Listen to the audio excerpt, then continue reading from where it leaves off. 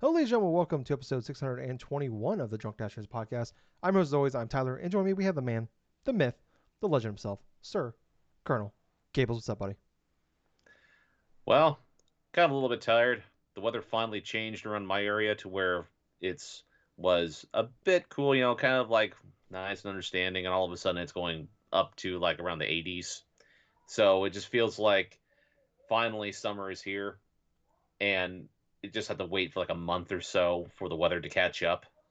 Yeah, yeah, So yeah, it's just kind of a bit tiring because I'm not so used to like just the weather shifting from like just okay to all of a sudden, okay, this is hot weather. yeah. It's, definitely gets heat zaps the energy out of you for sure.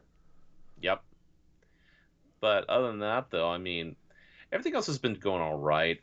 Work was, that was fine. It was like a 4-day work week because I had the 4th of July off. Hardly got any sleep for the July night because the mixture of fireworks and also a little dog that just did not want to go to bed. And yeah, it's like just a random assortment of stuff. I did have a chance though to try out a new game that did release this past week, but other than that though, it really wasn't so bad. Yeah, But Tyler, how have you been doing? I'm doing all right. I've also played a game that came out this week, but I feel like we both played a free-to-play game, but not the same one that came out this week. Uh, Yep. so we'll talk about that later. But yeah, no, I'm doing all right. Just week two of being home on the injured list. So doing all right. Kind of, it's like those lose my mind a little bit here, going a little stir crazy at the house. But I did go hang out with my best friend this morning, and we went and just chit chatted for a few hours. It's just good to good to have some laughs and get it. It was nice just get out of the house and all that, just being stuck inside and not really being able to do anything. So it was nice and get a break from just watching television. Oh, that And does sound fairly nice. yeah. Like I mean, there's so many like. The nice thing is, I guess, with this is I'm definitely like, there's been a bunch of shows like there's like a million great shows that just come out all the time, and it's just like I'm like trying like I'm getting better about convincing myself like all right, it's just not gonna happen. I'm not gonna be able to like I can't keep up with everything, you know. Right. But this is it's kind of like definitely like being home stuck stuck at home and not really be able to go out and do anything. Uh, I'm like watching a lot of shit that I probably wouldn't have before and getting caught up on a lot of stuff that stuff like Mm. I do want to watch these, like I started watching like the new Game of Thrones spinoff, House of Dragons. I finally started watching season one this week. Really good show, Gables. I'm enjoying it quite a Yeah. bit. I know it's like the season two has already started, but I finally started season one. But I think I was still hurt from season eight of Game of Thrones that I didn't want to. I didn't Yeah, want you to. and a bunch of people. Yeah, me and everybody. Uh, yeah, it's like I get it's like this generation's like Star Wars prequels. I think is that last season of Game of Thrones. Uh, just like man, what the fuck. But yeah, I definitely didn't want to like I was like just hating it just so like to convince myself not to watch it. And I started watching it. I'm like, oh fuck, it's good. So I'm like halfway through the first season, and I'm like, god damn it, this is really good. I'm like enjoying this. Also, they brought back that '70s show with the reboot called That '90s Show. Season two just came out. Uh-huh. It is Yeah. fantastic. I highly recommend it, people. It's like Oh, that '70s show is like one of my all-time like favorite shows, like growing up and stuff. Like that was like one right. of my like go-to like watch. I'd always watch the reruns of as a kid. Um, it's just one of those shows for me that holds up so well. So I've been like watching this that '90s show has been awesome. Like man, it's really they bring back a lot of the old characters except for Hyde. Obviously, he's in prison in real life. So Yeah. giant piece of shit. So yeah, but no other than that, a weird turn off there. Sorry, people. But no, I'm doing okay. Trying to stay positive, trying not to go too crazy. Like I was telling Gables, like yeah, I guess the nice thing about being injured is it's like it's hot as hell outside, so it's like I can go outside and do a lot of shit anyways right now. So it's not like the like here in Iowa, it's not like the 2 months out of the year where it's actually like nice to be outside here in Iowa.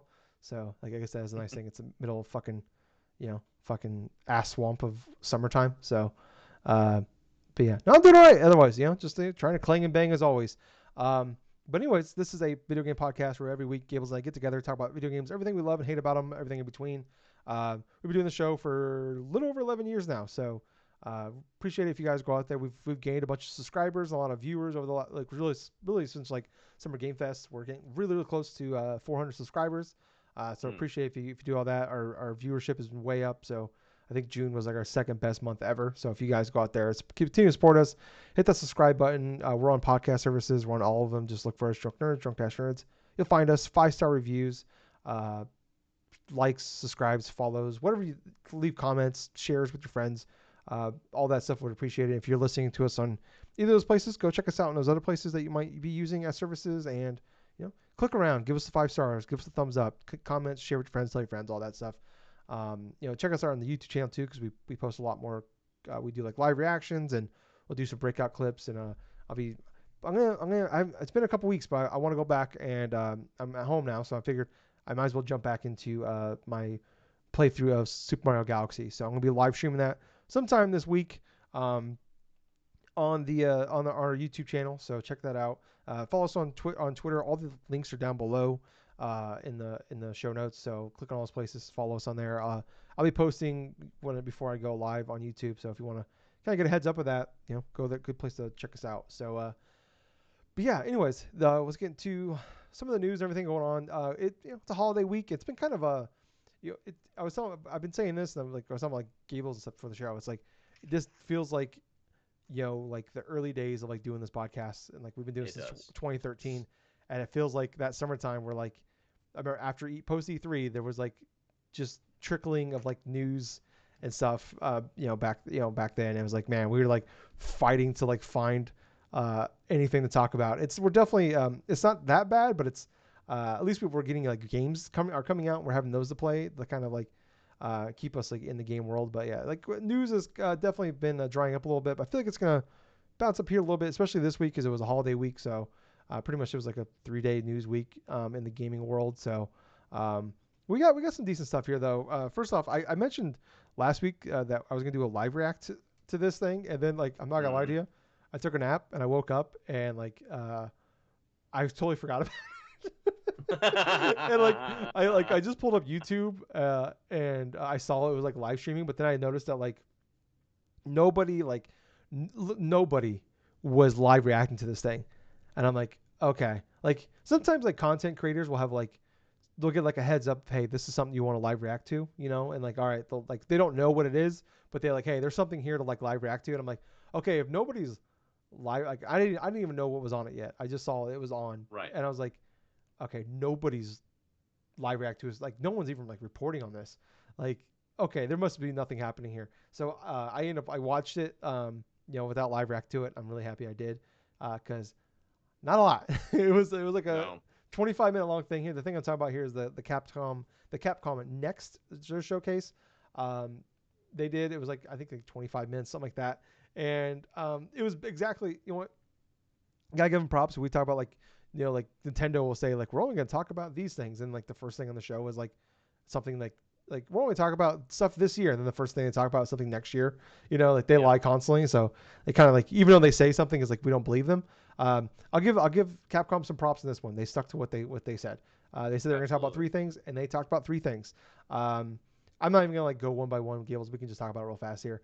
Kunitsugami, Path of the Gods. We got another trailer for this one. Some more gameplay deep dive on this one. They did announce that there is a demo that's out now. That's on everything to check out. And oddly enough, in the demo, there is like Okami, like items and gear in the game that will only be in the demo. Oh wow! Only in the demo. Yes, they did say if enough people play through the demo, they will put them in an update later on in the main game. That's very odd. Yeah, right. I definitely I think this is like it's gonna come in the main game for sure. But it's like one of those things where it's like, but hey, if you want these things, go play it. But it's very weird. Anyways, it's coming. It's coming to everything. I think it was July 19th, but it's coming to Game Pass. It's coming to everything except for Switch, I think. But yeah. So, but if you have Game Pass or you have Game Pass on PC or whatever, you can play it on there. But that's coming. Next up here, we did a nice deep dive into Dead Rising Deluxe Remaster, which I'm still baffled they're calling it the remaster when it literally is a full blown remake of this game. It's coming out. I can't remember. I think it was like $50, but it's coming out September 19th. We got a bunch of details, a bunch of gameplay on like kind of what major changes are. Obviously, like, it looks really, really nice. Looks like a modern day game. They talk about like a lot of the gameplay improvements. I talk about like I remember like playing that game like when I first got my 360. Like that game was like one of the few big games that was on it. Like this is like early 2007. Like, so I remember like I was playing, like I remember it was like Crackdown in this on the fucking thing, and I remember playing it, and like I think everybody had the same issue of like the save features were fucking terrible. Yep. Um, so they did mention also, one thing I forgot about was how dumb the NPCs in the game were. Like they would just like kill themselves, but like it would totally destroy your game if like. Anyways, they mentioned that they were fixing like a lot of things, like you can actually move while you shoot. They're fixing like they're gonna have auto save features, so basically saving the like fixing the save mechanics in that game. Better UI, and they fixed like the NPC behavior in the game. So a lot of stuff they fixed like later on in the Dead Rising games, but it's cool. Like this is like probably their best one. Um, and then the last thing they announced was like some like more details on like the Resident Evil 7 coming to Apple, like Apple phones and like Mac and stuff like that. They did say the opening section of that game will be free to play. Kind of like remember like Nintendo would do like the free to start stuff on Wii U. Yeah. They're basically doing that where like the opening section of that game will be free to play. And then at the end, Gables, they announced, and I don't know if you, it's pretty shocking here. Resident Evil 9 is in production. Yeah. So I know I was stunned too. That's literally all they did. That was the whole kit and caboodle right here. Like the main thing was like Dead Rising. Um, but yeah, I don't know. This might be one of the worst showcases I've ever seen. It's up there with like the last Capcom showcase that we watched. Like in 2022, where I think Yeah. I gave it a 1 out of 10. Um, I'm Well, gonna this is actually even worse than that in some aspects because it's like, I mean, granted, Capcom said what they were going to showcase in this thing, and yeah, yeah. there was a one more thing, but it was like a verbal thing, like confirming what we've already have been hearing about and also already have known is that Resident Evil 9 is in development. At least give me a logo. But Yeah. well, yeah, exactly. You know, at least a logo, at least something to kind of tease the fans of the, oh, hey, yeah, we're working on this off the cuff. We can't say anymore. How are they gonna put the But 9 into the Resident Evil? Is the one I want to know. That's the thing I want to see. But anyways, go ahead. I'm just imagining them kind of doing something similar to that of what they did with with Resident Evil 6 and stuff Where to the where giraffe is giving a blowjob. yeah, but not like exactly that, dude. But like it's just some sort of weird sort of mesh and things where it's just like Final Fantasy 9 and all of a sudden you just have someone just bent over or something like just like Oh man, I hope. What if Resident Evil 9 is like they're like they like they do like the 9, but then they turn it and it turns into a 6, and it's like they're actually Resident Evil 9 is a remake of Resident Evil 6. or better yet, it's just the giraffe upside down. Oh man, It just bent yeah. backwards. Yeah, the draft is now like into like domination stuff now. It's being tied up. You watch 50 Shades of Grey, and now it's really into it. Oh god. What would be that draft safe word? The giraffe safe word. Oh Is it god. Leon? Is Ada okay? It's Ada Wong. It's a safe word.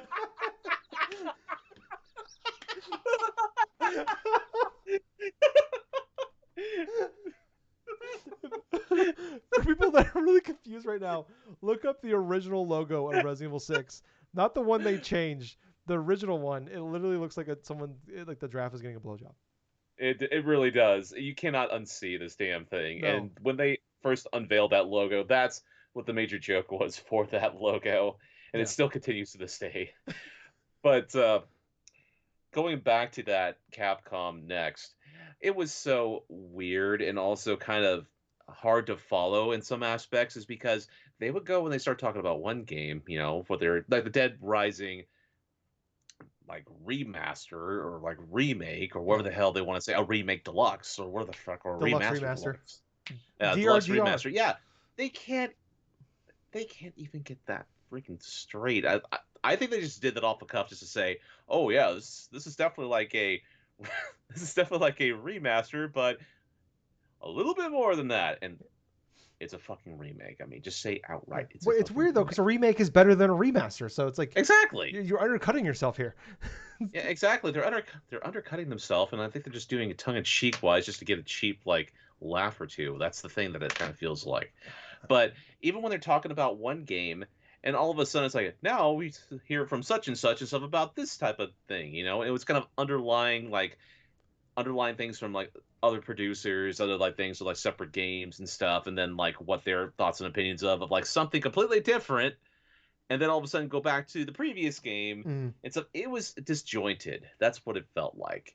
Fairly disjointed and hard to follow. And there's a reason why you don't do this type of presentation is because it's a turnoff for people that are just want okay, I just want to hear the information like in one set segment at a time without having to go back kind of like the audience doesn't have any attention span whatsoever. It's like, hey, let's yeah, do this, then let's go back, then let's do this, let's go back. It's like a never-ending fetch quest of like, oh, okay, yeah. It's like Vince Russo booked this Capcom Next crash team. Like something's got to keep happening every 2 minutes.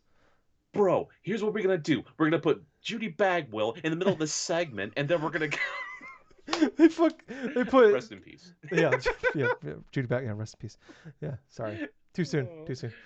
oh my god. Oh But my. yeah, They put the dude. draft on a forklift. We're going to some really niche jokes here. This is what happens when there's no news. Oh god. Oh yeah, man. But I'm with you though. This was a bad Yeah, Capcom Next. yeah. It Like, yeah.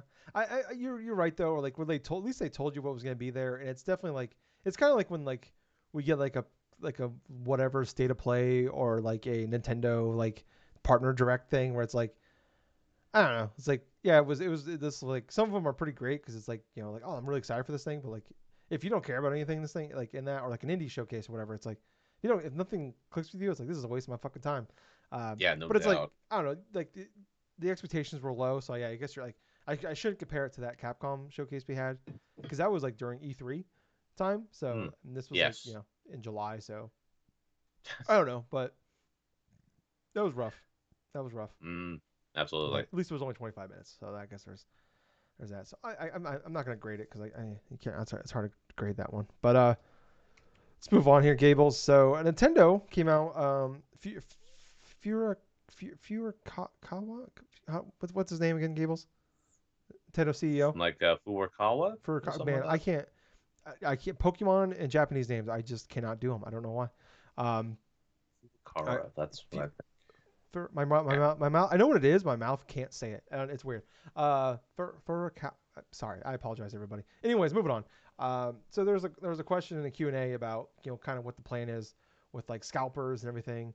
When the Mm-hmm. Switch 2 comes out, and he said they had like detailed the countermeasures that will be taken against scalpers, stating that the most important thing is to ensure there is a sufficient number of Nintendo Switch successor consoles to meet the demand. As a countermeasure against resale, we believe that the most important thing to do is to produce a sufficient number to meet the customer demand, and this has not changed since last year. So we've heard, obviously there was the plan sounds like, and it's probably fair to say it's accurate at this point. Switch 2's come out later this year, got bumped to next year.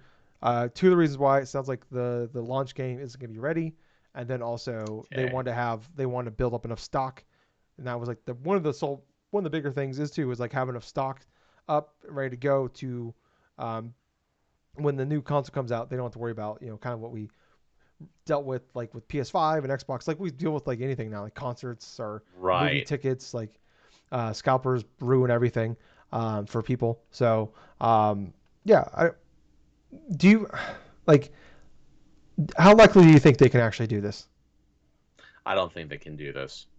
I really don't think they can, and only because it's got to be a combination of different things in order for this to go into effect. One, they would have to have an agreement with certain retailers or even like places like Amazon or eBay or Walmart, Target, whatever.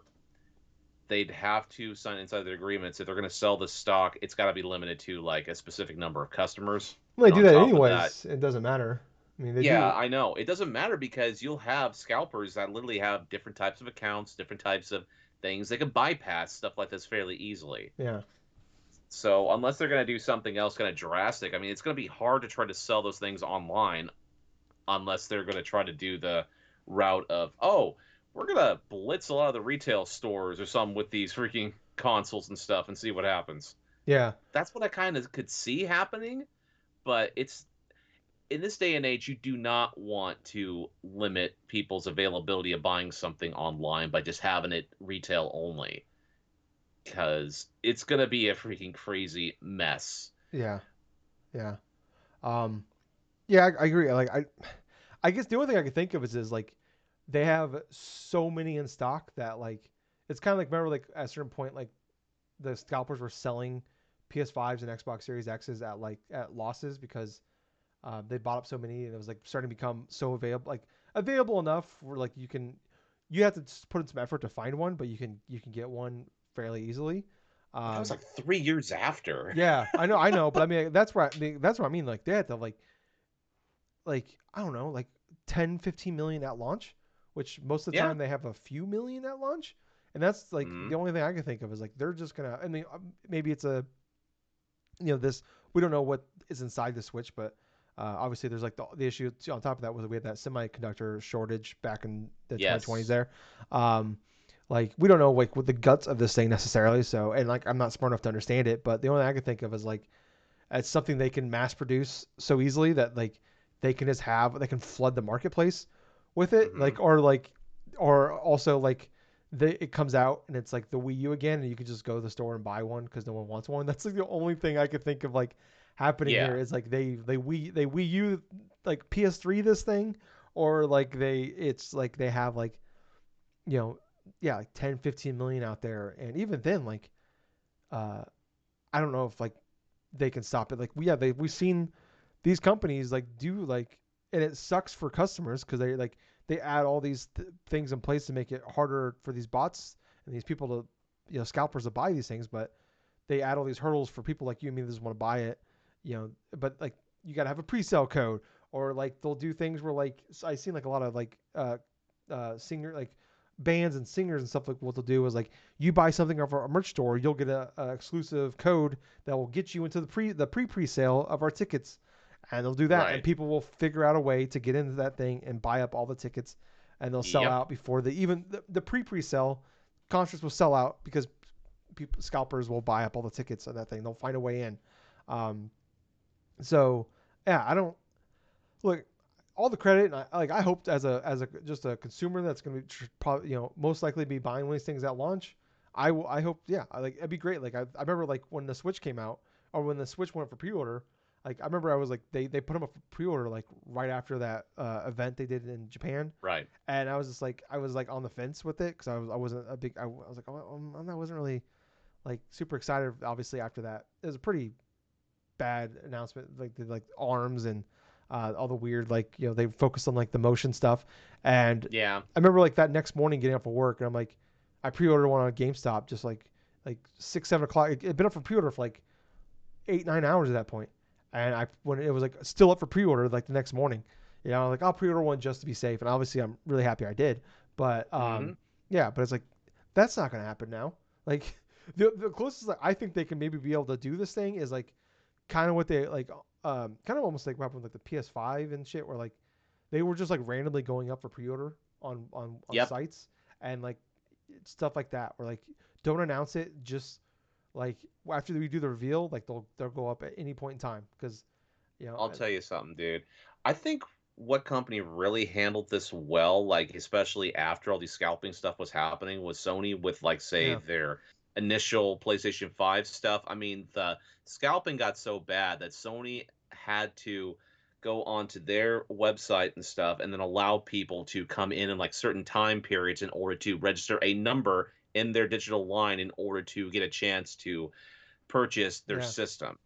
I yeah mean, that I felt like was well done in that aspect to where, hey, I was able to get my PS5, for example, back around, God, like a couple months after, like, not like a couple months after launch or something like that. No, it was like within that next year or yeah it something was like like March 2021, but I think it yeah was like March of 2021, and that's exactly what I did. Went onto their website. They had a digital queue. I had to subscribe to a couple different things on Discord in order to give me that notification that, hey, this is going on right now. You got to be in here and stuff. And so I did that through my other resources and stuff like that and was able to secure it that way. if Nintendo did something similar to that, say with their own like their storefront and stuff, I mean, yeah, there is that risk where there's going to be a whole bunch of people crowding and DDoS in the thing all at once. Yeah. But you're going to have a lot of people wanting this next Nintendo system, regardless of how good or how terrible it could be. But that's one aspect I kind of wish Nintendo would go through and do potentially, because it's better than just trying your best of luck to try to order it on pre-order on Amazon or on Walmart or on Yeah. GameStop's website, and all of a sudden being met not even 5 minutes later with, oh hey, they're all sold out. Yeah. Yeah. Like seconds after it gets announced, like, Yep. yeah, it's like the early days of the amiibo, like, but like so much worse. Like, yeah, I remember like going to fucking Walmart at 1 in the morning to get a gold Mario, like on Oh like a God, Tuesday night. or even back way back when it's like my dad and I waited in line at a Walmart like about 5 o'clock in the morning and stuff like that in order for the Walmart to open so I could buy my Wii. Yeah, I mean, I've talked about like, yeah, I remember buying. I waited overnight outside in Iowa the Sunday before Thanksgiving, so it was fucking cold. Dude, Sat outside in a Best Buy for like 9 hours in the morning to get a. I was like fifth in line to get a Wii. I'll tell you what. The last time I've had to wait in line for something to launch, like a midnight launch, was for the Super Nintendo Mini. Like when that came out, Oh, I went to Walmart, like my local Walmart. I think it was like, not in the town I'm living in, but the one over that I used to live in. And I literally was in line and waited till like about midnight. There was like about 10 or 20 other people in front of me. Jesus. And it was wild because it's like at that point, you had people that Super Nintendo, all these fantastic games, all and stuff. And I was shocked as hell to see that many people interested in this product, just out of nowhere, Hmm. because you don't see them predominantly walking around like in some town, like advertised shit. But the fact remains is like that's the last time I personally had to wait in line for something like that. I mean, I would be freaking livid if I had to do something similar to that over, say, at my current Walmart where all this construction, everything else is doing, wait in line for the next Nintendo system, and then like be met with like like a line of 50 different people or something trying to get Yeah. the same one. Honestly though, like you're I the going to a brick and mortar store is like the best way maybe to. I mean, I know it's not going to happen, but that would be the best way to combat this. Is like, yeah, we're not going to Yeah. sell it online. You got to go to the store and buy it. Like that would Oh be my the. Do you god. want to? That's the only way to beat the scalpers. And even still, they'll Oh like my god. they'll probably they can go higher. Like, hey, we'll give you $20 to go buy. They go buy one, but like they'll find ways around it. But it would definitely like you would That's add enough. true. But a lot of these scalpers are people that live like like probably it's like a local market and like they're gonna it's gonna be a lot harder for them to like go like, hey, hire a bunch of people to go to a bunch of Walmarts and GameStops around the place to buy this thing. So that'd be the only way to do it. Honestly, like I got my Yeah. PS5, I got mine at launch because I went to my brick and mortar GameStop and I was able to get the last one. And they announced it like I was literally in the shower listening to someone on the like you like talking about like live on YouTube. I had it playing while I was in the shower, and like, hey, GameStop, I guess, is doing it like in store. I'm like, oh shit, literally, like still had soap on, wiping myself off, getting dressed, and fucking running to like flying to GameStop to get literally get the last one by seconds. So I mean, yeah, I don't know, like all the credit to them. I'm like, hey, like, honestly, like, yeah, like I don't want to. Obviously, I think every consumer like hopes this works. Um, I just I don't I have very little faith that they can pull unless they like have like a brand new scheme that like fucking nobody has thought of yet. Like I mean, you look at like all the big artists out there we're dealing with like having this like, going on like Sabrina Carpenter and Taylor Swift and like all these like gigantic stars like they can't think of a way to stop these fuckers. It's like I don't know if Nintendo can do it. So Signing contract, like signing NDAs or some shit. That'd be yeah. pretty funny. Oh god. Oh god, dude. But anyways, I mean, all I can hope for is it's going to be what Furukawa was saying, where it's like this next system is going to be much easier available as opposed to any other console launch and stuff. Hardly, let's hope that it does combat issues that we've had in the past. I mean, that's the most positive thing that I can wish for it. But hopefully, it's a console that's going to be worth waiting for. Yeah, that too, man. Yeah, yeah, Because it's literally between this and a Steam Deck. yeah, What is going to happen? yeah, yeah. I mean, we've had this conversation, yeah, but it's like I'm definitely.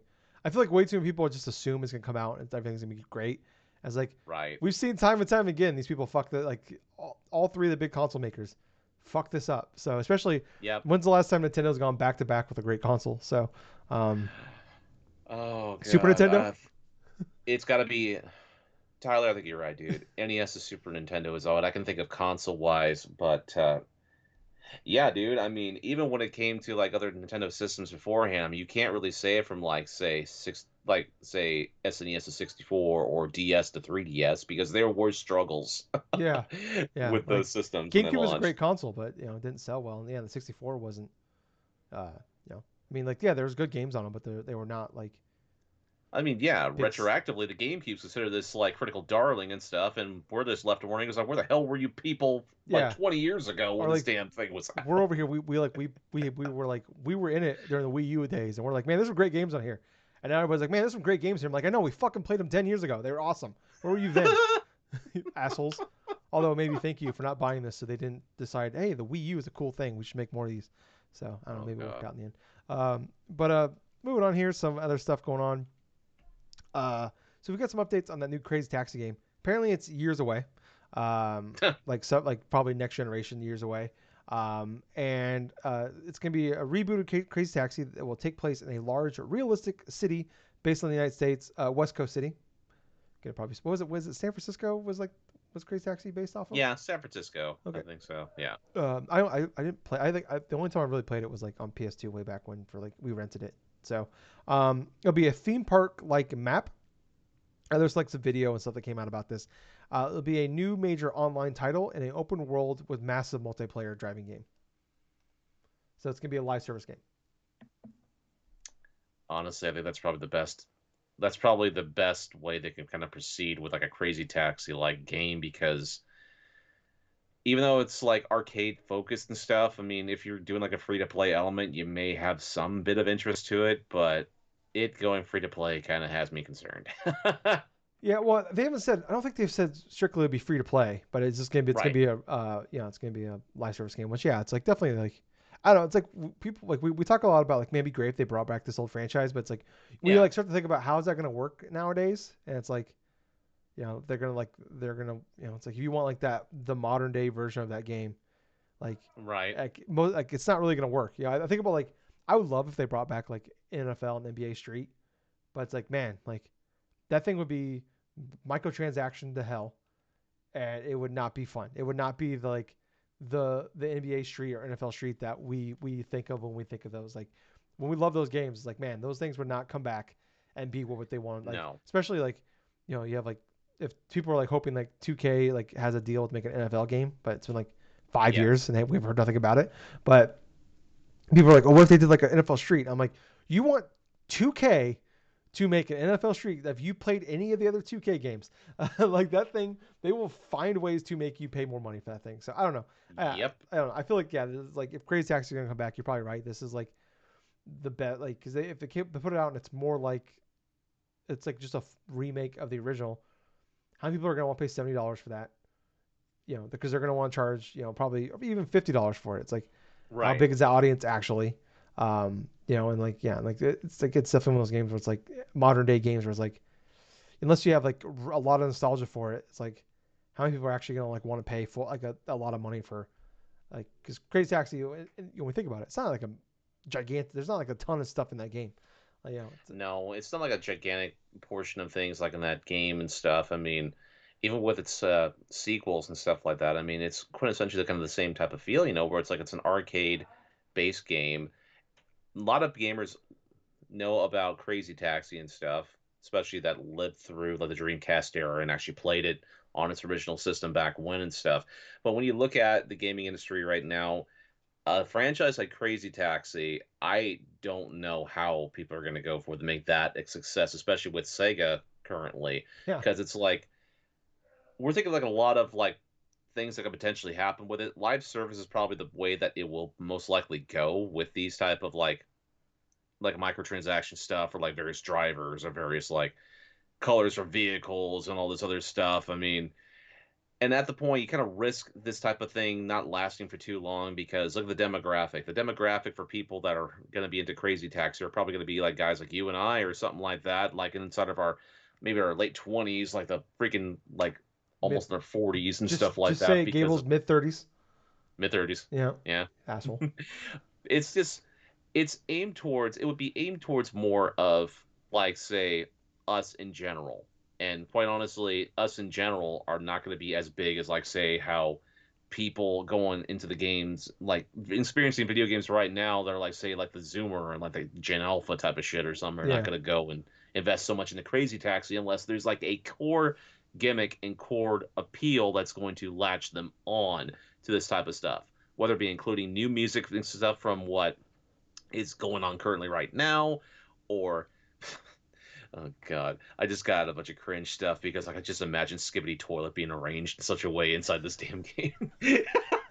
well, But yeah. Well, I was just thinking you made a great point of like, yeah, like, you hear like you see all these like a lot of these like big free to play games like they're on smartphones now, so like you hear yeah, like there's reports out there that Final Fantasy 14 like they're working on like a mobile port potentially, like yep, they're trying to figure out if they can make it work. It's like yeah, like that's the if you want to like work like you want to make this game big and successful, yeah, you need that current generation of people out there and like yeah, like if they exactly. put Crazy Taxi on your phone, that'd be a good way to do it. So Exactly, because it has to be on all the different platforms, like either PC, mobile, game consoles, like PlayStation, Xbox, like Nintendo stuff. It have to maximize the amount of profit in terms of what it can earn. So it's like even for certain games of the types like on mobile and stuff, so like say like Honkai Star Rail or like like other types of games like that where you can play on your mobile device and stuff. yeah, I mean, Fortnite, more Call people are of gonna Duty. Fortnite, Call of Duty, all those other big free to play like live service style of games. Crazy Taxi has to be distinct on its own in Mm. order for it to be highly successful. But the odds of that happening are are unfortunately it's kind of fairly not good in that aspect. I want to be proven wrong. I wanted to know if Sega is going to actually go through with this and it's not going to be cut like a couple of years into this and like, oh yeah, this is not going to work, kind of like their last big project that they Hyena, had, Hyena, and yeah, that wasting millions of dollars in order hundred to a try to hundred do million something that dollars. became pretty much vaporware. Yeah, yeah, Oh boy.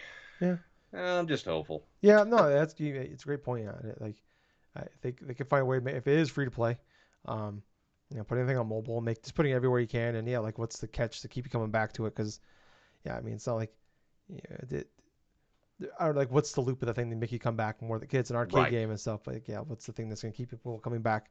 You know, keep playing this game, months down the line. So, yeah, well, hopefully it works out. I'm rooting for this one.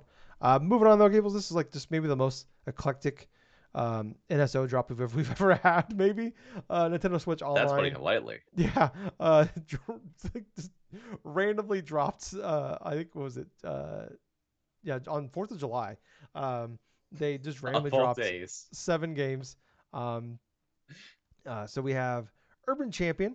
I believe there's all NES games as well. Urban Champion, Golf, uh, Donkey Mm, Kong Junior Math, mm. Mac Rider, The Mystery of Atlantis, Solar Jetman, and Cobra Triangle. Yeah, that's a list. I've heard of And one of these games. what's what's interesting about it is we haven't had a major like say update of that many games to appear on NSO in quite a long while. I mean, for I didn't really hear about this up until you PM'd me over Discord and stuff, and I saw the link, and then all of a sudden I saw the trailer and I see the games presented, and I'm like, is this a joke? Because the first game they literally show is Urban Champion, and I almost had a visible laugh because, oh god, anybody who's played games like Urban Champion or like even like say Nintendo's like Golf and stuff, or in some aspects of it, it's like is not that game is like this had to what I'm trying to say and formulate is this had to be some sort of contractual thing to where they had to release these games as a package together just to have them out. Because if you were to say do what they had been doing and leaking like 2 or 3 of these like things at its release in combination with other systems, I mean that would have Yeah. really been more of an uproar than what people are complaining about with this type of release. I mean, could you just imagine like 1 week all of a sudden you just like, okay, we're gonna have 2 games on the NES coming to NSO. Okay, what's that? Urban Champion and Golf. Yeah. Yeah. It's kind of like when you get like those, like they were doing like the 164 game at a time. And it's Yes. like we are all worried because they announced like Mario Party 1, 2, and 3. I'm like, are they really going to make us wait 3 months to drop all Mario Party games? I think they put like 1 and 2 out together or something. Nintendo has a history of doing stuff like that. It Yeah. dates back to the Wii's Virtual Console, where they Yes. usually would update Was it their Nintendo server. Tuesday or it was like, was it It We was a Shop Monday. Monday? Yeah, it was like We Shop Monday or It was a whatever. Wii Shop Monday. I Yeah. remember that distinctly because way back when Gables used to be on Nintendo message boards and stuff, like for say like Insider and then Insider 2 when that was still a thing, there would be a retro community that would keep track of like predictions and stuff like, okay, what's Nintendo going to release that Monday? And for those that guessed right, they could get gifted a game or they could get gifted like certain Wii Shop points and stuff. And yeah, that was just one of the major selling points of that, you know? And so what I learned throughout that experience is that Nintendo, they'll make some like a false sense of security to where they'll release like a lot of games 1 week and then like maybe you'll not even remotely get like certain updates until like maybe a month from then or 2 months from then, or they stagnate releases and they make absolutely no sense. Yeah. In this case, with this NSO update, it reminds me of this so much to where it's like we had all these different games, one of which America has never had a chance to play with that what was the name of the game? The Cave Adventure or something like that, or Um, Mystery of Atlantis. Mystery of Atlantis. Thank you. Mystery of Atlantis. That's a game I've never actually heard before this week, and I can understand why, but it's not. It's just that's the one game out of all these that are like actually new inside of the U.S. But everything else, it's like it's all right. I mean, Mock Rider. Mock Rider did have a chance to play a bit of. I had the NES card of that actually for a while. It's not bad. I mean, it's definitely an early NES game, and the sprite stuff like that wasn't exactly that bad. But that alongside Cobra Triangle, actually Cobra Triangle I think is the most notable thing because that's actually from Rareware. But other than that, though, I mean, the update itself I feel like is more of a cleaning out of most of the NES stuff than Nintendo has that is just very disjointed anyway. But yeah, it's still I don't think it's really that great. There's like maybe 2 games that look interesting from to me to try to play. Hell, I tried playing last night, right? I took my Switch, playing it in bed. I tried playing Urban Champion. I tried playing golf. I tried playing like oh god, I tried playing a couple of different games from this NSO release and stuff. I mean, and yeah, it's like if you want to experience what games were like when the NES's like launch window style of games were going on and stuff like that, I mean more power to you and stuff, but they have not aged well at all. I can't believe people paid like $50 for some of these games. it's, man, Well, people get mad about some of the games that we pay $70 for now. It's like, man, yeah, imagine paying $50 for like these games 40 or years ago. sometimes even more. It just depended Yeah. upon what retailer you were getting things from, and on top of that, unless you had subscriptions to certain gaming magazines back when, if you could, you'd have to rely on word of mouth or find a retailer that had some of these games on display that you could actually have a chance to play and test. Yeah. Yeah. I'm just like, look, like, man, imagine like people like talk shit about like, would you rather pay $70 for Suicide Squad or 50 for Mac Rider? It's like, give me Suicide I'd Squad. rather, Give dude, me, I'd rather play Mock Rider. if I'd rather play 20 hours of Suicide Squad than play an hour of fucking Mac Rider. I'm looking at this right now and pay full price for it on top of that. So um, I did not. I just now watched the YouTube video they put out here. Yeah. This is Gables. You're too gentle. You're a gentle soul. Um, this is borderline offensive. Like what they're putting out here, man. Like I didn't see I just saw the names. I'm like, I recognize. So Urban Champions is a game. I think I bought that on like the eShop or the Wii eShop a long time ago, just because I was like want to play a game on the Wii or something. I think it was like an early Wii game, I've yeah, eShop dude. game. So, um, but Urban Champion's one of those games and stuff I never even bothered trying to buy, yeah, especially when it came onto like the online services and stuff, because I've heard from word of mouth like over the years like that's a terrible game. Me having a chance to play for the first time last night, I mean, yeah, yeah, it kind of more reinforces that since this NSO update was just trash, yeah. other than like say Cobra Triangle. Cobra Triangle. Yeah, Yeah, Cobra Triangle, dude. yeah. That game, that jet boat game and stuff, is actually fairly decent. I mean, like this, like it's kind of cool and exciting when we get like those like random like Japanese games that never made it over here. But like Yeah, Mystery of Atlantis, what the fuck? Like, what? What even is this game? Man, I mean, I can understand like say the fighting game that never made its way stateside, and that was like Japan only. I mean, I had at least an idea of what I was doing inside of that game, right? I mean, it's a fighting game. Fighting games is straightforward when it comes to like no matter what language you're like in or some of that sort. I mean, if it's usually one fighter versus another. You figure out your buttons, you try to go for it, and try to figure out what combo or whatsoever this. But this looks like more of like a straight up action game, right? But yet there's a there's like some bits of details I don't think that you can actually know unless you are actually looking at a physical guide in order to play it. yeah, I'm reading. There's like over 100 zones. And it was a maze. Solar Jetman was a 1990 game. Yeah, it's a late NES game. Yeah, what the fuck, man? What is this trap? This is man. We're like, what are they gonna do? Like, what are they gonna do after this? Like, they had put out. They had randomly dropped all the 70s games at once together. It's like, what are we gonna do next? Dude, they went from a week to where they released all the Mega Man games from like the Game Right? Boy and stuff, and all of a sudden they're going through and releasing this hodgepodge of NES games.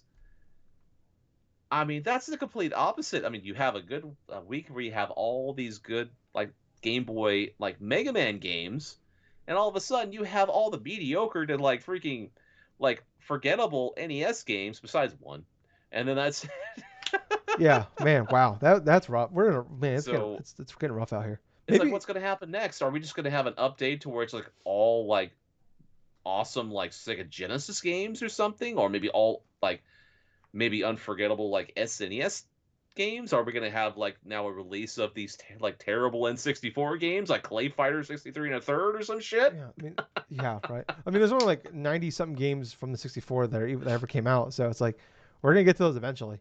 So there we are. There's like 293 Was it? like games Oh, okay. I thought that it came was. out for the N64, Okay, I thought it was a little but lower. like only about 260 or something like that released stateside. Okay, And I think we've had this conversation before, like on the podcast too, where like maybe like a chunk like of that will actually make it onto like less than here. 10% are actually worthy Less of than paying money for.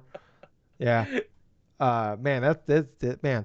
Maybe this is what maybe I'm starting to see why Nintendo just reboots the eShop and the bringing back the old games every new console because like man, like, they run out of shit there's a real reason why it fast. sells. Yeah, yeah. Well, there's a reason why they do it because after like a month they run out of shit to do.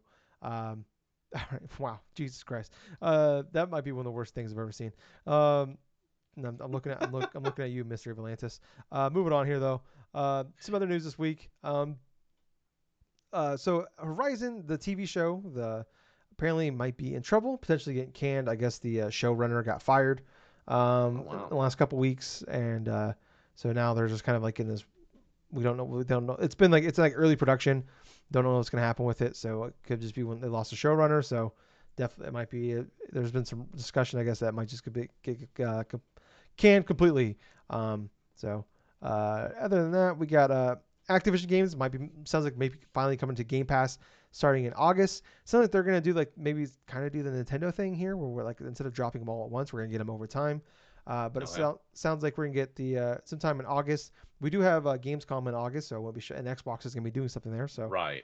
my guess is like They're probably not. Gamescom is usually like the third of like the three Keighley events. Behind Summer Game Fest and the Game Awards. So Xbox usually has stuff there. Usually like they'll have like the Halo Infinite date or something like that there. So um, it sounds like in August as of right now, uh, the Crash and Spyro trilogy and Tony Hawk 1 and 2 remakes will be coming in August. So, but I Hmm. don't know how it's gonna work. I'm like, just give me fucking Black Ops, man. What the fuck are we doing here? Give me the freaking Transformers games for God's sake. That too. Yeah, yeah. Just yeah. Oh man, I hope that actually happens. I want to play War for Cybertron, a game I never actually beat back when, but I really want to now. Yeah, I beat the first one. I don't think I ever played the second one. Next up here, PlayStation Stars, as everybody knows, like the one of the PlayStation's biggest things ever. Gables, I gotta know. Do you know what PlayStation Stars is? PlayStation Stars, that was like that a reward incentive when you bought certain games or something like that on, like, say, PSN, and then like you had the little mobile app Yeah, stuff, and it would just tell you how much you've actually unlocked that had those little freaking digital collectibles that you yeah, just display randomly. yeah. The PlayStation thing that was supposed to be NFTs, and when the NFTs Yep. became not cool, they pivoted and made this thing. The nice thing I will say, PlayStation Stars easy to make fun of. It is kind of like almost like the remember like the Wii U had like the digital thing where you bought games on the Wii U. You get points and you can turn those points in for like more eShop dollars. Yep. So people out there that buy a lot of games digitally or spend money on their PlayStation, if you are doing that, don't do like right now. You don't do it because you don't get points. But when PlayStation Stars does come back, check your balance because you might have some points in there. Because I checked it like a year Hmm. ago and I had like enough to get like $25 and like PSN dollars. So when it comes back, check it out because it's actually like I don't give a shit about the NFT stuff, but like it is nice like you get some reward points in like when you spend money on the store and there's that to it. I've probably over time got like $50 out of it, so hey, that's basically a free game, so I'll take it. But they did say it was like it just went down at the beginning of June, and they finally like they didn't talk about it. It was like it went down longer than like the fucking PSN went down during PS3 era. That Uh, is so wild, and no one reported about yeah, this it's hardly at no, all. it's been talked about. Like it's been like people have been talking about it. It's like, but not like it's not like a huge news story because it's fucking PlayStation Stars. But like it's been brought up. Like what's going on with this? And they finally like a couple weeks ago, I think it was into last week. They finally talked about it, and they mentioned that it was gonna be they're gonna slowly roll it back out. On like I don't know if like something happened and it went down or like they're just like took it down and like they're revamping it. But they said they're going to slowly start rolling it out over the course, starting on the July 2nd in Right. certain countries. It is July 7th as of this recording. Well, in Central Time, it's July 7th as of recording this. It's still the 6th for you, Gables. And it says let's roll out on the 2nd. It still hasn't gone out, and they haven't said anything about it. So I don't know what's happening. So yeah, just keep an eye. But I will say, if you have a push, if you're buying games on PlayStation, check it out because there's that you might have you might have some dollars in there you didn't know about. Mm. Um, also, Gables, I'm glad you were able to get in prison in time to do this podcast after you were arrested in England for carrying around a 6-inch master sword. Uh, I you didn't hear about this guy? So no. this guy was walking around with like a master sword, almost like a pocket knife thing. It was like in like the Okay. little sheath thing, the sword like, but like it was like a pocket knife. But you press the button and it would shoot out a 6-inch fucking knife. And he was Oh, walking around England in like the public in stores with this thing, and he kept pressing the button to shoot it out and like put it back in, hitting the button to putting it out, and walking around with this fucking knife. And he got arrested for it. He's a $200 fine, and he's gonna like spend 4 months in jail for it. He tried to say it was a fidget spinner. Really funny. oh my lord, dude! In England, it's like it's no joke. I Yeah, mean, they're very serious about that knives. shit They over have a there. lot of stabbings inside of that country and stuff because they've banned like it's my understanding they had banned like certain like guns or something like that, and as a result, stabbings have gone up considerably. And so I can understand why that people are just so hesitant because you see some random joker going through and just like flipping a freaking knife back and forth and stuff in his sheath and not, Yeah, it's like, in public and like stores and shops and stuff. Yeah, and yeah, yes, you think about it, like like six what a inches. moronic thing to do. Yeah, like 6 inches to a man is huge. But And that, like, well, we say it is, but it's not. But anyways, but like we actually look at 6 inches. Like every guy says, oh yeah, 6 inches. We have 6 inches. But when you think about it, 6 inches, that's fucking huge, And yeah, Mm-hmm. so I guess like the law there is like anything like you can't have something like that any more than like, I think it's 3 inches for a knife in public. So and also I think the reason why this guy's getting jail time is he is not exactly have a clean history of arrest records. So Oh, he said he's been arrested multiple times, including stabbing somebody with said master sword in fucking Anchorage, Alaska in 2018. what? Yeah, he got charged with fourth degree stabbing, I guess. You can't make this stuff up. So yeah, No, he definitely has done this before. yeah. Every time the year after a Zelda game comes out, he stabs somebody with a master sword. So Oh, obviously he didn't stab him, so it's funny to laugh at this one. Um, People getting stabbed with master sword pocket knives in 9/11 are the undefeated in comedy jokes. Anyways, moving on. yeah. Anyways, also Capcom announced that they're ending support of Exo Primal at the end of the month. So, Wow, yeah, that didn't last too long, did it? a little over a year.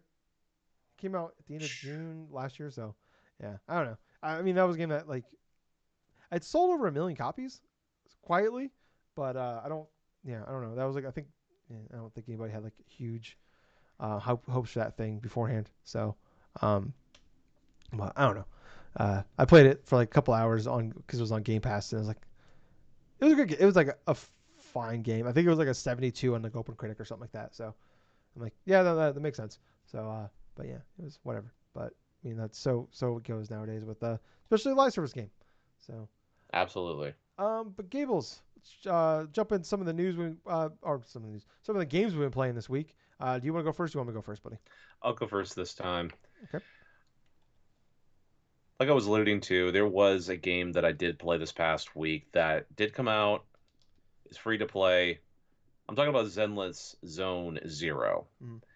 This is from the same makers as like Honkai Star Rail and that the other big game and stuff that they have. God, I forgot the name of it, and it's Genshin so Impact. Genshin Impact. Yeah. Thank you.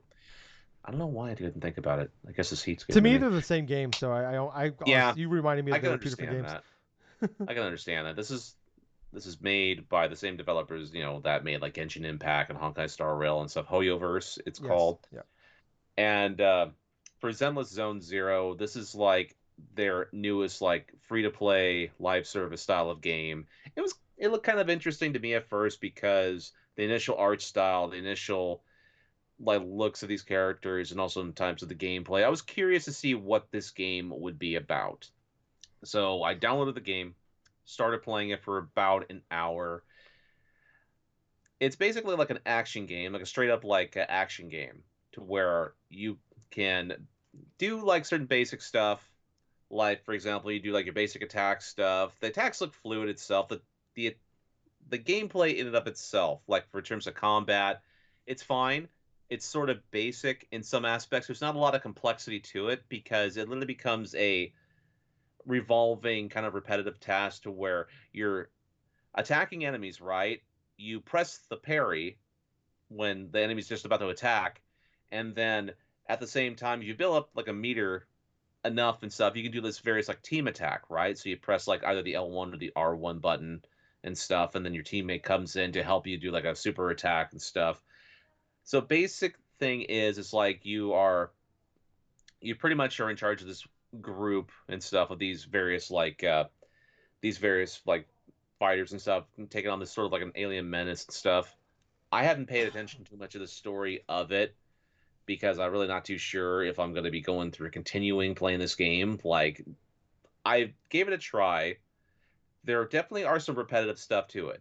I definitely do like the characters. I do like the style and the story stuff.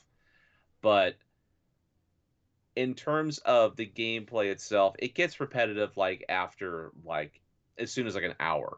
Because even though like say the character stuff, like the voice acting stuff is decent, everything else just feels kind of lacking at this point. Where there are aspects to where when you're not doing missions, you get to travel along the thing like these little. They have this little section here to where you explore these things through like TVs and stuff, and then you come across like say certain items or certain power ups or certain health things you can replenish for your like a character and stuff. Then there's other times where it's up the where it could be like you face off against certain enemies. I'm just trying to gather a lot of my experiences from like the last night and stuff. But what I mostly thought about this game was this is one of the key things like a launch of like a free to play game to where it's like the version 1.0. There are some issues to it. It could be ironed out over time. And considering that Hoyoverse is kind of like known for even if like the game launches like in a state to where there are definitely some glaring issues that need to be addressed, they usually keep on these games and keep on improving certain aspects of it to where more people would want to go back and play them. As it stands currently,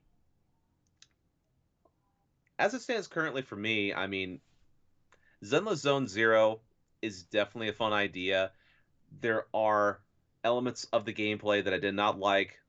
It's kind of easy to fight against certain opponents because it becomes a game of okay, I'm fighting against this opponent, right? I'm fighting against this boss, but it's not exactly overly difficult at all to try to complete these battles. Sometimes these battles last for about a few minutes.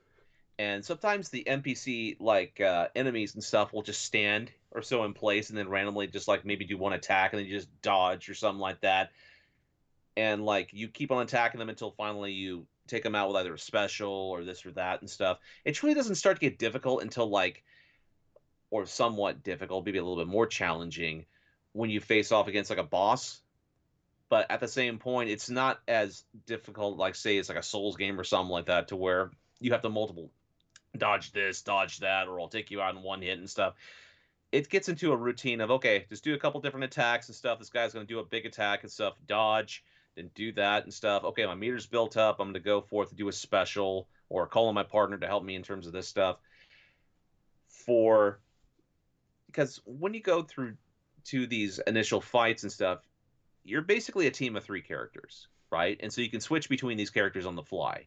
Each of them have a distinct personality and their distinct set of moveset.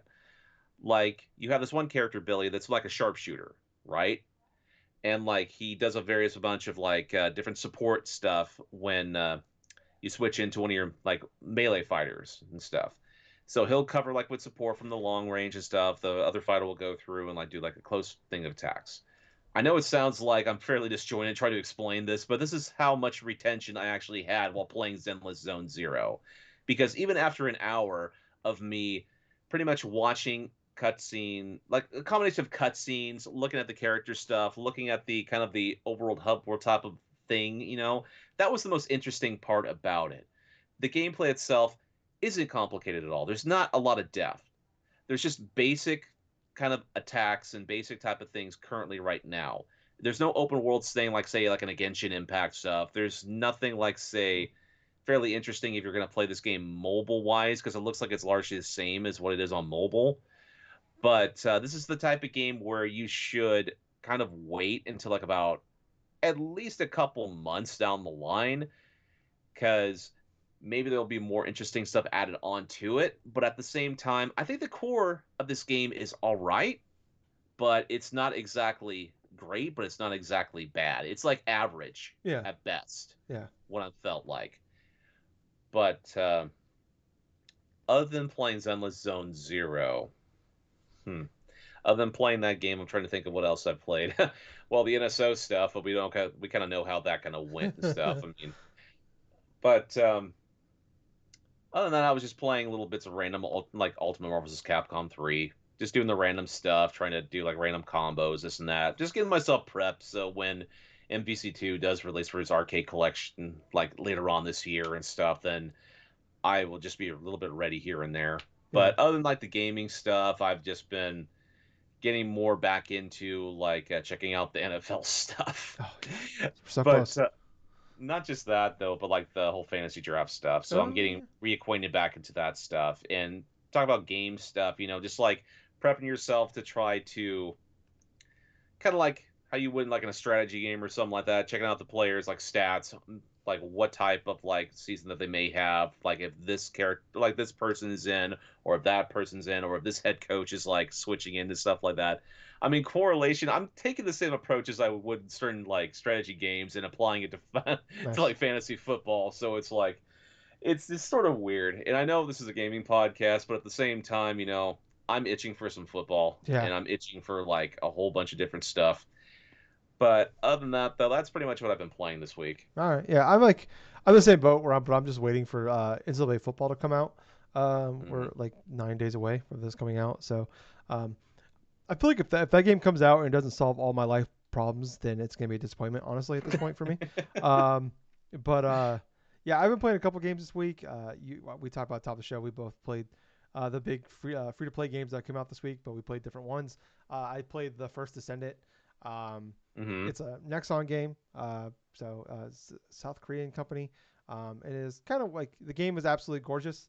But like they're like it's a very stunning visual game, but like when you look at like the characters in the game, the character models, like they just look like plastic. Like they don't like when they talk or their Hmm. faces are like they don't move. Like it looks like everybody's on like Botox in that game. But anyway, I'm playing that. I think I played like 6 7 hours of it. Oh wow. I've been home. I've been home. Hurt. I had nothing to do. So this is like it's one of those things where like it's like one of those games or movies or TV shows where you get really into it, but it's like it's not really something necessarily you really enjoy, but it's just like it just met you at that perfect time, and that's kind of Right. like what this game has met me at the perfect time. Um, and like I keep playing it, and it just reminds me of remember Destiny 1 at launch. Yep. This is what it reminds me of. It just like Oh. like not like nothing's technically bad about like there's definitely some like frame rate issues and like pop in stuff like that like but like technically it works fine. It's not broken. I was like weird like I said you might have some frame rate issues, might have some pop in, but like the biggest issue the first couple of days they had like points where like they would like the servers just went down for which is to be expected. When a big, especially free to play game drops.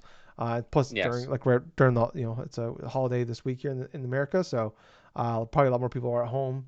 Whatever. So, anyways, first couple days were kind of rough, but they did give you like some free stuff and like you got like a 30% XP boost and like their in-game gold boost and stuff for like I think for like 5 days or something like that.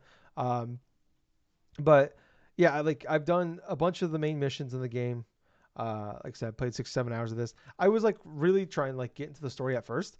Like I watched all the CGI cutscenes. I was like listening to all the conversations. I Hmm. especially like the tutorial, and I did like the first like couple like main missions. I was like, I'd say the first couple hours, I was like, all right, I'm gonna like, I'm not like, it's not great, it's not bad. I'm like, all right, I just need you to get me to the thing I need you to get me to here. Like just be good Right. enough to keep going. And I finally hit the point where I was like, I started skipping everything. like Oh no. I'll watch the CGI cutscenes and stuff because like they are like impressive and they look cool. But like when anybody's talking, I just like just skip, skip. Because like especially when you get to like when you go back to like the main hub of like a live service game and you gotta Hmm. talk to a lot of people and I'm like I just want to get to the shoot part. Like it is the ultimate like podcast game where it's like I'm just like I just want to listen to my podcast. I just need something to do while I'm listening to my podcast, and that's what this game is. And like I've been like, especially with my job and stuff, I listen to a lot of podcasts at work. So when you have a full time job where you listen to podcasts and stuff, and I'm home, I need a way to listen to these podcasts. I need something to do while I'm doing it. So that's kind of like what this game is doing for me. Is like cool. I Right. can listen to my podcast and also keep busy and like I don't know multitasking here in a way. But like I don't know. I think the game was like fun enough. Like if you are someone that like I don't know, maybe like I talk about like I always want to get back into Destiny, but every like once a year I'll jump back into it. It's so Hmm. daunting, and there's like so many things that throw out. Like Yep. there's no like it's so like for someone to like, jump into it like cold, and they make it really hard for you to come back into it. Uh, Absolutely. so it kind of like it is like reminds me of like like base Destiny 2, where it's just like cool. I can just jump in, and like if you like, I mean, especially if like you don't like like me, I don't give a fuck about the story. I just need you to like give me the thing to do to go like accomplish this task. And that's like the missions are pretty much all there's like the same four missions like here, kill all these enemies in this area. Protect, like, sit in this like circle area until like the bar fills up to 100%. Protect this thing. Like they're all like the same mission over and over again, and you just Mm-hmm. keep doing them, and then you do all those in a section, and then it leads you to like you go to an arena and you fight like the big boss, and you have like multiple people then to like fight this boss. Um, I've done like the first two like major bosses, and I got to the third one, and he like just wiped the floor with me. Not me wiped the floor. We got like halfway through it, but there's like kind of this bullshit mechanic where like he like locks onto you, and he'll just keep hitting you until you get downed. Mm-hmm. And you only get, when you fight these bosses, you only get 4 lives. Um, and like he'll like you can't get out of it once he locks onto you. You can't get away from him. So he just knocks you down. If someone doesn't come over and pick you up, Oh obviously you wow. die, you lose like. So we got like, I did that twice, and both times we got to that part, and they're like 10-minute fights, and it's like we're talking like 5-6 minutes into these fights, and then that happens. I'm like, okay, well, I don't need like, I think you misunderstand what I want from you here. I don't want this game to be challenging. I just need you to like keep me busy while I listen to my podcast. Like, what are we doing? Like, you haven't earned the right to be difficult, especially a bullshit mechanic like this. So I'm gonna go back to it. I'm gonna keep playing it. It also is weird because like I have the 30% boost on right now for XP. I've done Mm-hmm. all the like main, there are side missions you can do, but I'm like 3 levels below the what it says you should be for this mission. So I'm like, Huh. it's very weird. Yeah, like with with the XP boost, doing all the like main tasks, I'm like, usually at worst I figure I would be like at level. So it's very weird. But like I don't know, like it's not bad. Like the uh the gameplay, the shooting is fine. It's not like it's not Call of Duty or Destiny levels of great, but it's like a third person shooter. Like it's pretty good. Um, your abilities are fine. Like the only thing that sucks is like you pick between 3 people at the beginning of the game, and they don't really they I wish I would like gave me like a little quick like 30-second video to show me the abilities. There was like one guy has a grenade, one has like he's like the healer, and then the girl like she has like ice abilities and she can shoot ice. So I'm like, okay, that one sounds more like up my alley. So I picked her, and but what they don't tell you is like you don't, once you pick that person, you're stuck with that person, and if you want to get more, you have to buy them. It's like Oh God. it's like you have to, it's like $10 to buy more people. Um, I this thing I don't like. If you were like looking at like getting into like the hardcore in this game, I'm not the guy for you. Like, but if you just want a game to kill time, this is a game. This is a solid game. Like, I just need a game to get me to inside play football. Like Right. next Tuesday, I'm just and I'm at home. I got nothing to do. This is the perfect game. Like I said, it's a perfect game for the perfect time for me. So I'm just trying to kill time and not think about inside play football for the next like 10 days. And this is the game that's doing it for me. Um, but like I know there's like a lot of people are really upset about like the free to play like all the microtransaction aspects of like there's definitely like there's like they have like a bunch of different characters you pick like there's 3 you can choose from, then there's more you can buy, which is it's a free to play game that doesn't bother me, but then there's like the ultimate version of that character, or like it's the same character but it's the ultimate version. So they have like a different skin, have all the same abilities, but they have higher stats than your version, so they start off higher. Then like if you want to like have different like gear attached to you. Obviously, it's a free play game. You want to see the numbers go up. You want better weapons. You can actually have more gear to make your stats go up, but you get like X amount at the beginning. You have to pay money to get extra slots. Right. So like and I've earned enough in the game to like I think like a in-game currency like to buy like a base character is like 400,000. If you want to buy the ultimate version of that character, it's like 900,000. In the Mm-hmm. 5-6 hours I played of the game, I've earned enough to I think I'm like 800,000 gold. So I'm getting close to like I could buy the ultimate version of a character. So um, it's there's definitely I'm not trying to defend it because like I haven't really did a deep dive into like all the bullshit. Like there's definitely like some bullshit tactics here that maybe like go a little too far on that end. But I feel like most games come Mm-hmm. out and then they kind of like back off. They kind of go like way too far and then like they fix it as they go. So I'm gonna give them a chance like fix it, but also like I don't plan on spending a fucking dime on this game. So, like I said, once Israeli football comes out, it's over for me. Like this game is getting Yeah. deleted, and I'm done with it. And I don't even know if this game is going to keep me interested for another 6-7 hours. I don't know, but I don't know. Like the game is it's a good enough game. Like I said, it's just like if you just want a time killer game, and like maybe you just like looking for like your friends are looking for like your friend group are looking for another game to play, and like you're just looking for like people out there play games with their friends like, but they just play these games to like something to do while they talk to their friends. Like this is a game for you because the fucking story doesn't matter, and like I think it's 3 or 4 player. So I don't know, like it's fine. It is a totally fine third person shooter free to play game. So I have like nothing ultra negative, and I have nothing ultra like glowing about it. So it's one of those. The other game I did beat. This game is on Game Pass. Is Still Wakes the Deep. Chinese Room made this one.